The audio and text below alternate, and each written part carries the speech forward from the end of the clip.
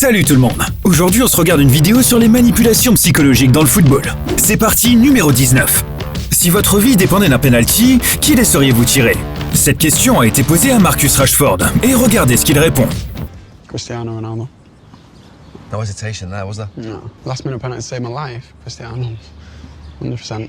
Qui l'aurait cru? Mais comme beaucoup d'entre nous, on penserait sûrement au GOAT Cristiano Ronaldo pour tirer un penalty. Je pense que beaucoup de gardiens de but préféreraient avoir un autre tireur que CR7 en face de soi, à l'exception d'un seul gardien de but. Look at Martinez here. Yeah. You say to Ronaldo, you take this. Look at it, he's so much confidence. Et vous l'aurez deviné, c'est bien Martinez qui défie Ronaldo, la machine à tirer des penaltys. Mais nous connaissons tous Ronaldo. Il ne participe pas à ce genre de jeu d'esprit. Au contraire, il ne se laisse pas impressionner et laisse Bruno Fernandes faire ce qu'il veut. He didn't miss a pen for 25 pens or something. I asked Messi and he said, when you move all around the place like that, they don't like it. No, they don't like it. Bruno Fernandes misses! It almost ended up in the top tier of the Stretford End. It almost ended up at Villa Park. That's how high it went. Cette petite dent sur la ligne est toujours déstabilisante. Mais Martinez ne peut que se réjouir que CR7 n'ait pas tiré le penalty. Numéro 18. Chaque année, la Ligue des Champions cherche le roi du football. Et cette année, on l'a déjà trouvé. Et je pense que vous vous en doutez, c'est Vinicius Junior. Lors du match retour de la demi-finale de la Ligue des Champions entre le Bayern et le Real, Vinicius s'amuse avec une petite pression psychologique sur Joshua Kimmich.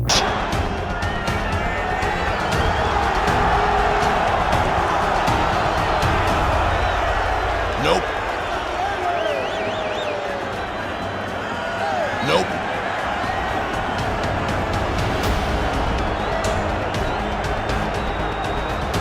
Vini peut s'estimer heureux que Kimmich soit resté aussi calme, parce que ça aurait pu vraiment dégénérer. Mais il ne faut pas oublier que dans des matchs aussi importants, la pression psychologique sur ses adversaires peut parfois être la clé de la victoire. Numéro 17. Celui qui pensait que la pression psychologique ne se jouait qu'entre ennemis se trompait lourdement. Même entre amis et coéquipiers, il y a toujours des tentatives pour empêcher l'autre de réussir. Ce n'est pas sans raison que l'on dit que deux amis dans deux équipes différentes deviennent des ennemis pendant 90 minutes sur le terrain. Mais ce n'est pas le cas de Bellingham et Kane. Les deux hommes sont d'ailleurs de très bons amis au sein de l'équipe nationale d'Angleterre. Ils sont tellement de proches coéquipiers qu'ils viennent s'encourager lorsqu'ils sont déçus.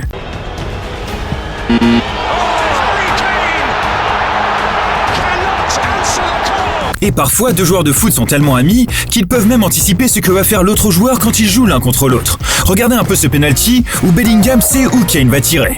An exchange between Jude Bellingham and Harry Kane. Oh no! Wow! We're not going to win the Euros. There's a fallout. There's a fallout. A bit of housery going on there. Yeah. None of them as big as this. 2-1. Numéro 16. Les gardiens de but semblent avoir un faible pour Ronaldo. Ici, Mattia Perin tente de déstabiliser Ronaldo psychologiquement. Oh, levati, niente barriera. Sta là. Devo vedere la palla. Mase. Vieni sulla vestita, Mase. Sicuro? Sì.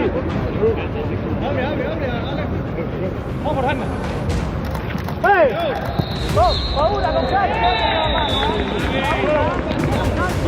Et ceux d'entre vous qui pensent que Ronaldo accepterait une telle humiliation sans broncher ne connaissent vraiment pas CR7. Numéro 15. Mais passons d'un penalty à un autre. Cette fois, c'est Neymar qui s'en charge. Le gardien de but n'a pas pu s'empêcher d'essayer de déstabiliser psychologiquement Neymar avant qu'il ne tire. So Neymar himself will take the penalty.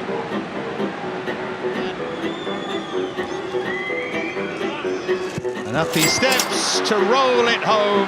Cela valait la peine d'essayer, tous les deux le prennent avec humour. Ils voulaient tous les deux aller du côté droit et ont fini par sauter et tirer à gauche. Made it look so easy, just committed the keeper. Numéro 14. Vous voulez voir une astuce de défenseur vraiment pas fair-play mais plutôt maligne? Regardez ça. In towards Amrabat, who's got in behind the Bournemouth defence. This is Chalobah. Oh, he left it. Leave it, basically. Yeah. It's mine. We've done it. No. It actually should be a foul, you know. Correct, yeah, it should be a foul, but and I think you can see Chalobah's reaction. Numéro 13. Si tu veux savoir ce que signifie le karma instantané, pose la question à ce gardien de but. Il vous répondra. Sur un penalty contre Bruno Fernandes, il a d'abord la langue bien pendue. Puis s'en vient le retour de flamme. From the penalty spot. And makes it look ridiculously easy. Le gardien de Manchester United décide de protéger Bruno Fernandes et de faire comme le gardien adverse. Il déstabilise le joueur psychologiquement, mais cette fois-ci, ça marche et l'équipe perd la séance de tir au but. He knows Bruno Fernandes in those situations is Ice cold.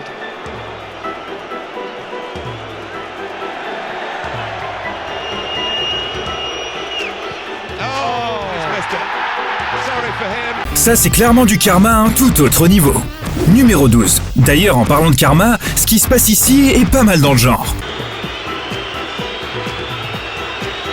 No sé si ha considerado Henry de Kirkland durante algún tramo del partido, aunque terminó sancionando esa jugada con falta el colegiado. Pressure. Adebayor. Lovely pass. Flamini. And it's in. Henry unnecessarily getting involved with Chris Kirkland rather spoils the moment. Adebayor, el pase hacia Batista, posición correcta. Rosicky, el 2-1, marca el Arsenal, el segundo tanto. Numéro 11. Passons un moment qui n'a peut-être pas de rapport direct avec de la déstabilisation psychologique, mais il montre ici ce que signifie être dans la tête de son adversaire. Dann lege ich mir den Ball hin und gucke Peter Cech an, der so da steht und ein Monster war.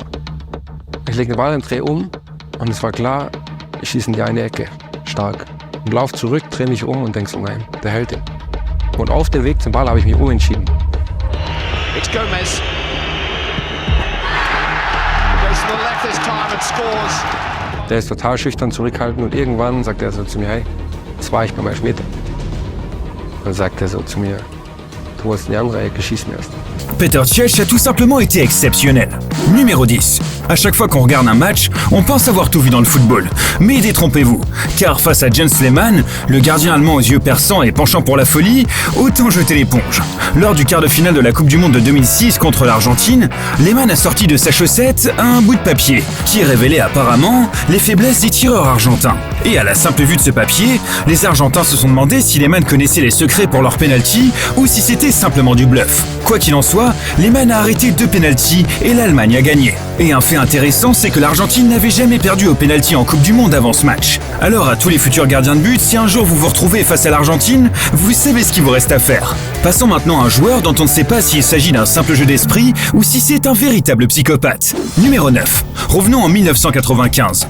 Eric Cantona, l'attaquant français de Manchester United, est connu pour son aura, un mélange de génie et de folie. En janvier de cette année-là, l'impensable se produit. Après avoir été expulsé du terrain, Cantona s'en prend à un supporter qui l'insulte depuis les tribunes. Mais il ne le fait pas n'importe comment. Non, il donne au spectateur un coup de pied de kung-fu digne de Bruce Lee. À première vue, cela ne ressemble pas à un simple jeu d'esprit classique, n'est-ce pas? Mais ce que beaucoup ignorent, c'est que le coup de pied de Cantona n'était pas seulement une attaque physique, mais aussi une attaque psychologique. Chaque adversaire savait par la suite que Cantona était imprévisible, qu'un seul mot pouvait le faire monter en puissance. Personne ne s'attaque à Eric était devenu la devise de Manchester United et de leur adversaire. Numéro 8. Mais pour le prochain, retournons quelques années en arrière en 1990 pour le 8e de finale entre les Pays-Bas et l'Allemagne, dont on ne se souvient peu des performances sportives, à l'inverse de l'un des crachats les plus célèbres de l'histoire du football. Et cette rencontre entre ces deux géants du foot a été très tendue dès le début. La rivalité entre les Pays-Bas et l'Allemagne a toujours eu une saveur particulière. Et cette fois encore, les joueurs ont eu du mal à garder leur sang-froid.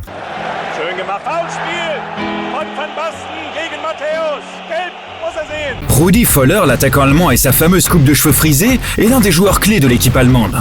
Tandis que Frank Rijkaard, le milieu de terrain robuste et technique, constitue l'épine dorsale de l'équipe néerlandaise. Ce qui a été dit sur le terrain entre les deux joueurs reste un mystère, mais il est évident que les deux joueurs se provoquent mutuellement pendant tout le match. Cela a commencé par une faute violente de Rijkaard sur Völler.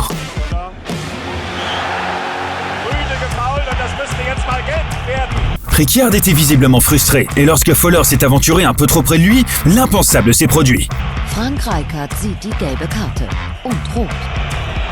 Er bespuckt Rudi Völler zum ersten Mal. Da gibt's nochmal gelb. Gegen Rudi Völler.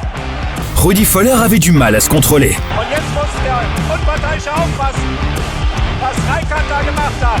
Der Völler ist außer Rand und Band. Il voit rouge, mais comme si cela ne suffisait pas, Rijkaard va encore plus loin. Il donne à Völler quelque chose d'autre à emporter dans les vestiaires. Er gibt ihm rot. Das kann nicht sein. Das ist ein Skandal, diese Entscheidung. Völler se fait cracher dessus à 2 reprises, et vous imaginez que le reste du match sera plus que tendu. L'Allemagne finira par remporter le match 2-1. Numéro 7. La réconciliation, ce joueur ne peut qu'en rêver. Il s'agit bien évidemment de Marco Materazzi, le défenseur italien qui a provoqué Zizou pendant la finale de la Coupe du Monde de 2006, France-Italie. What happened here? Oh, goodness me. Goodness me. Zinedine Zidane just plants one into the chest of Marco Materazzi. The referee cannot have seen that. Et la raison de l'attaque psychologique de Materazzi sur Zizou est restée longtemps secrète, jusqu'à ce qu'il le révèle 10 ans plus tard. What was the reason that Zidane did that? You live in America, right? Yeah. You know the NBA. Yeah. Trash talking. Yeah, of course. My trash talking was nothing, very minimal. Nothing Yeah. compared to the trash talking. They love that in the US though. Yes. He offered me his jersey. Yeah. I say no, I prefer your system.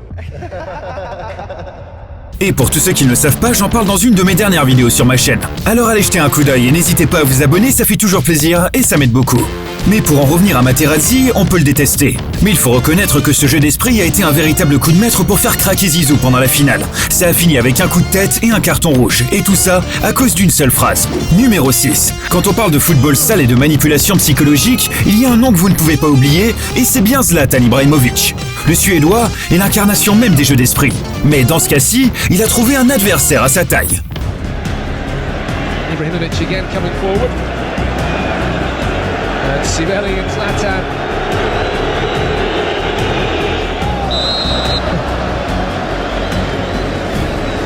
Well, he's fully charged this evening. And Renato Sivelli and Ibrahimovic. Bien vu le bisou dans le cou, même Zlatan s'y attendait pas. Parfois, la meilleure des défenses, c'est l'attaque. Au final, ils en ont rigolé tous les deux. He had that coming, you have to say. That's how to wind up your opponent. Mais comme on dit, rira bien qui rira le dernier. Et dans ce cas-ci, c'est Zlatan. Il termine le match non pas avec un bisou, mais avec un but. Et ça fait plaisir. The Swede with a chance to take his goal tally for the season to 27. He tucks it away. Dell went the right. Numéro 5. Emiliano Martinez est un joueur connu pour ne pas se soucier de l'opinion des autres. Surtout depuis la Coupe du Monde de football de 2022.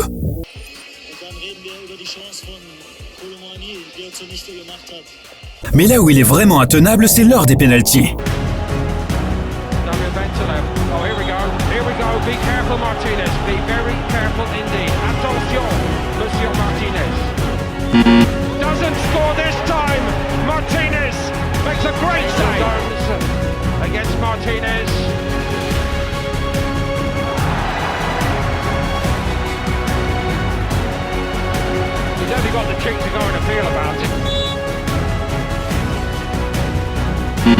Martinez kicks it out.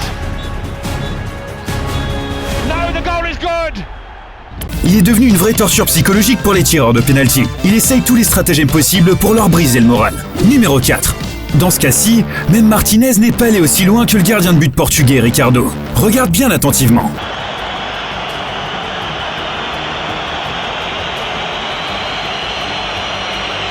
Oui, vous avez bien vu. Il a enlevé ses gants de but. Fidèle à sa devise, je n'ai pas besoin de mes gants pour ton tir. Et le plus dingue, c'est qu'il avait raison.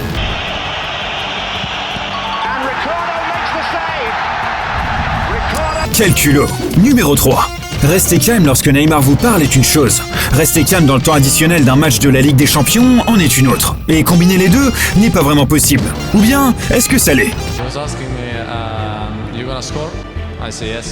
Yeah, he said to me, "Are you sure?" I say, "Yes, I never miss." It is how it is.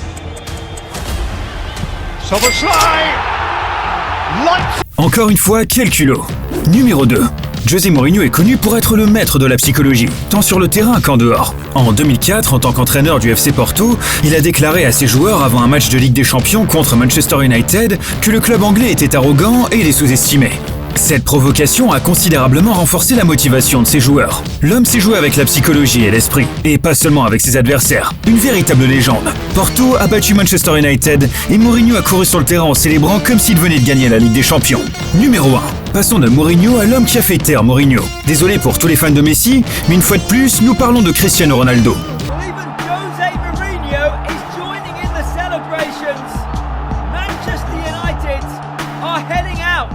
À l'inverse de Mourinho qui lui a parlé du vrai Ronaldo comme il le dit. Ronaldo, not this one, the real one. Difficile de dire si c'était une manipulation psychologique ou s'il était vraiment sérieux. Mais une chose est sûre, Cristiano a ridiculisé Mourinho et lui a montré qui était le vrai Ronaldo. Here goes Ronaldo. Oh, what a screamer!